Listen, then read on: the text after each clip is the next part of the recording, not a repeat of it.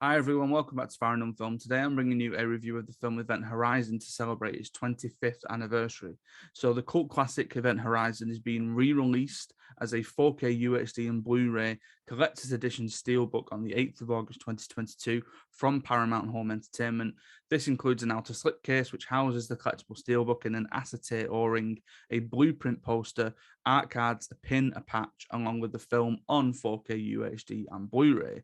Directed by Paul Anderson, who went on to direct the Resident Evil films, Event Horizon originally debuted in theaters on the 15th of August 1997 and has developed a huge cult following over the ensuing 25 years. Known for its elaborate production design and unsettling visuals, the film features an exceptional ensemble cast who we will get to in just a little bit.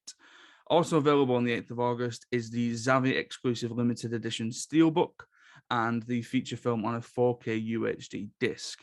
Both versions of Event Horizon will contain the legacy bonus content on a Blu-ray disc. So these are a commentary with Paul W.S. Anderson, the making of Event Horizon, so 5 documentaries there, the point of no return, the filming of Event Horizon, secrets with selectable director's commentary, unseen Event Horizon, again with director's commentary, a theatrical trailer, and a video trailer.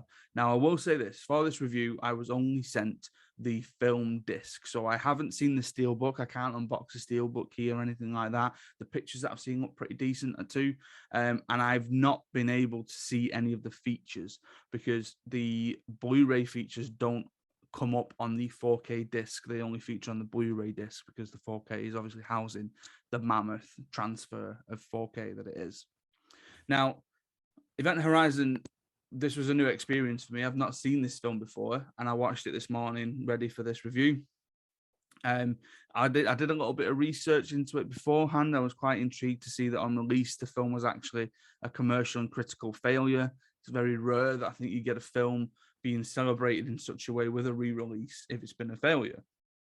It grossed $42 million on a $60 million production budget. However, it went well to sell.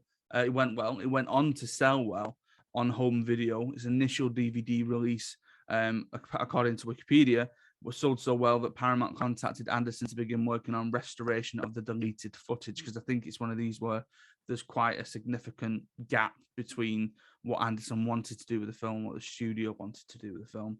But the deleted footage had been since lost or destroyed. In the years since, the film has slowly built a cult following and is often referenced in other works of pop culture, specifically that bit in the film where Sam Neill explains a wormhole and does an A-B, folds a piece of paper, stabs a pen through it, because that's Interstellar. They did it more recently in a film that I've just watched, and I can't remember what that film is.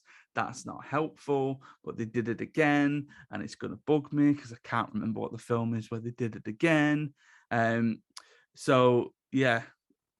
So to summarize the plot, 7 years ago, pioneering research spacecraft Event Horizon mysteriously vanished without a trace on its maiden voyage. But then in the darkness of the deep space, a persistent signal prompts a crew to make their way through the galaxy on a bold rescue mission.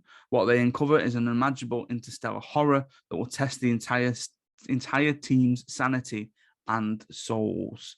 And I stole this first bit from Wikipedia because it kind of sets up the main first little bit of the film better than I probably could have done.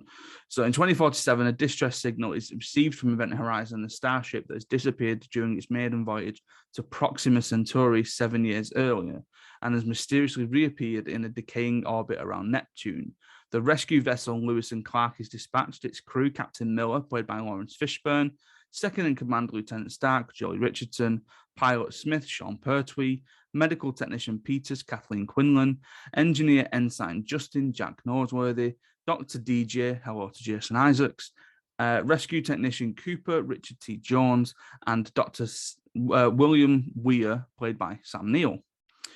He is the designer of Event Horizon. He briefs them on the ship's experimental gravity drive with a simple visualization of how it folds space-time. Again, the thing I've just spent so long wasting time on. The distress signal seems to consist of screams and howls, but DJ believes he can discern the Latin phrase to liberate me or save me. Now, a couple of things that I just got down. So you have this very typical brains versus brawn relationship between Sam Neill's character and between Lawrence Fishburne's character, with the latter trying to stop the Dr. Weir, the character of Dr. Weir, essentially from getting into harm's way. But the Doctor constantly tries. He wants to get onto this other ship. He wants to get onto the ship that he's designed. He wants to find certain things. He wants to see what it is that's gone on. And to be fair to him, Fishburne's just like, no, we're the rescue mission. We need to go and do this. You're here as a sort of a brain, essentially. You're not here to kind of get involved in that. There's a point quite early on where they all get decked out into sort of the usual astronaut space gear. And immediately I was just like, oh, this is Alien, because this is the part where they all go onto the other ship and that member of the crew is expendable, that member of the crew is expendable, you all ain't coming back.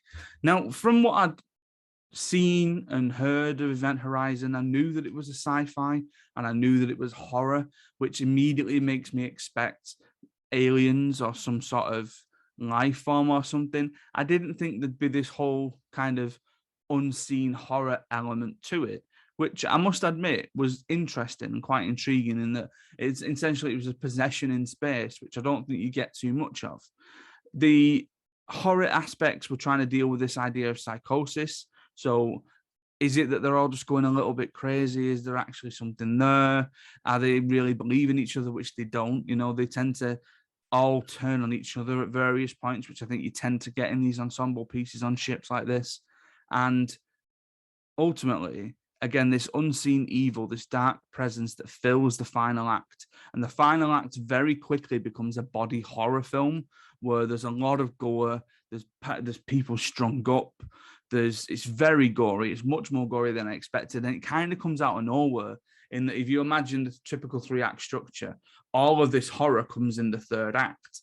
The first act is the build. The second act is them finding the thing, revealing it, sort of going through the mental sort of psychosis of it. It's a little bit more character driven at that point, but then you get all the horror at the end. And that is probably where I'd imagine the cult following who like this film and sort of go to bat for this film, that's where their appreciation comes from. That's where all the appreciation has been garnered from, because it tends to be horror films similar to this that get those kind of cult followings. It was reminiscent of a genre that was very popular at the time. So we're saying this was what, 1997, yes, so 25 years, obviously. And I think back to 97, I think back to that time of the 90s, and straight away my head goes to things like Your Independence Day, Men in Black, so those kind of sci-fi films, but then more specifically things like Species, things like Mimic, where you're getting a sci-fi horror film and mixing those two genres together to give you this kind of hybrid, which, and as well, it being an R-rated film, it being an 18 here in the UK, you know, the Steelbook rated an 18, I had to pretty much make sure that I was in the house on my own watching this, because I didn't want Ruby walking in and seeing something that she shouldn't see on the TV. And again, it deserves that rating. It's very brutal, it's very bloody, it's very gory, to a point that it kind of surprised me actually towards the end. I quite enjoyed it. You know, it's nothing sort of groundbreaking. I don't think it's going to be ever held in a high regard of being a pinnacle of sci-fi horror cinema. I know that a lot of people are going back and reevaluating it, again, probably because of this re-release and probably because of the cult following that it's got. But if you're a fan of Event Horizon, and I mean that in terms of, like, if you look around me, the things that I'm a fan of, I collect things and all that kind of stuff. If you're a fan of this film, I'd imagine that you're going to pick up the Steelbook. I'd imagine that you're going to pick up the collector's edition when it's released on the 8th. But I think if you've not seen it like me, maybe this is the time to kind of give it a go. Like I hadn't before this. And the 4K transfer is fine. You could still tell that it was aged. You could still tell that it was from about 97. The Paramount logo to begin with looks very shanky in the, it's not fully rendered properly in terms of 4K. There's a lot of grain still there, especially in that early part, but you kind of fall into it. You know, it doesn't look awful by any means. The deep blacks are quite interesting to see on the OLED. And yeah, I enjoyed it. It was my first time viewing. It's kind of up there, I would say, with hybrids. and it's something that would be good to mention every now and again in my teaching. There's a very specific, and again, I saw my teacher head turned on for the first time during the summer holidays when I watched this, because there's a very interesting Dutch tilt where Sam Neill walks towards a door to open it. So maybe I'll stick that and start using that in one of my lessons. But I enjoyed it. I enjoyed the first time watching of Event Horizon this morning. Thank you very much for Paramount for sending me the chat disc to review here. And by all means, guys, if you are interested, go and check out that collector's edition that is released on the 8th. It's in a steelbook. It's got a poster, it's got art cards, it's got a pin, a patch. So I'm assuming that if you're a big fan, you've already pre-ordered it and you're already going to pick it up. Otherwise, there's a steelbook that's available on Zavvi, and there's the regular 4K UHD disc that is released on the 8th too. Thank you very much for watching. Thank you very much for listening. As always, you can help support Farrand Film by going over to our sponsor, Offworld Tees, and using the code Farrand, that's FARRAND, for 15% off your order. Follow me on Twitter at Adam Farrand and at Farrand Film. Stay safe, look after each other, and I will see you next time.